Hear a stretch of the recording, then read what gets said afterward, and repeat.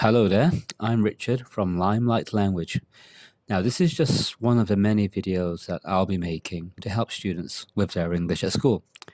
Now, I realize that sometimes you forget some of the rules and maybe you're a bit too hesitant to find me in the classroom, so I'm going to make some videos for you to help remind you. Now, in today's video, we're going to look at three tenses that can be used to talk about the future.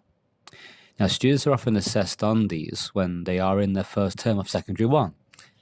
So let's get down to the nitty-gritty. Now, so what you learned in Primary 6 may not work in Form 1. Now, let me tell you why. Now, let's start with the three tenses, and you all probably think they're easy and quite straightforward. They are the simple present tense, the simple future tense, and the present continuous tense. Now, I'm not going to give you the reasons, for using them now. I would like to do that whilst we go through the following questions. So here's the first question. The plane at 5 p.m. tomorrow. Here are four options. You've got 5 seconds to think of the answer.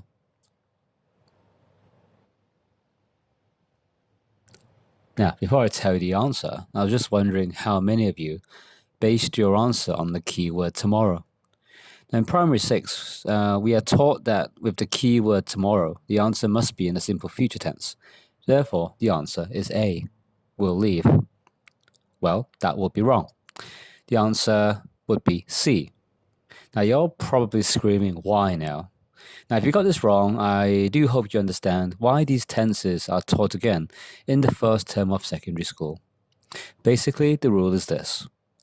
If an event in the future is scheduled, in our case, the plane, the answer would be to use the simple present tense.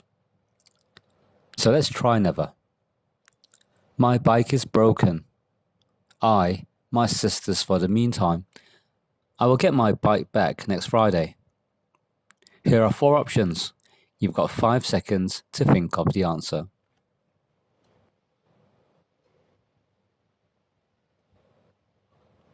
Now, if you chose C, you would be wrong. The answer would be B. Now, for the meantime here means that this person whose bike is broken is using his sister's bike temporarily. Now, in this situation, the present continuous tense needs to be used.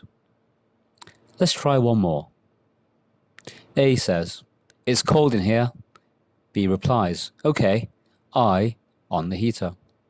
Here are four options. You've got 5 seconds to think of the answer.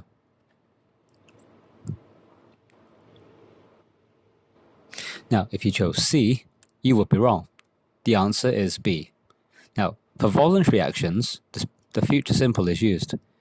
Now, in other words, it's not a planned action at the time, and it was only done because the person said it was cold. So what's the takeaway? Well, just remember the rules to these three tenses, and hopefully next time you'll do better in your general usage paper at school. Now, if you're a Form 1 student or about to enter Form 1, please remember these rules so there's a better chance of you scoring better in your exams. Now, thank you for watching this video. I hope you found it useful. If there's anything else you'd like me to help you on, please message me or tell me in class. Remember to comment, like, and subscribe. I'll see you next time.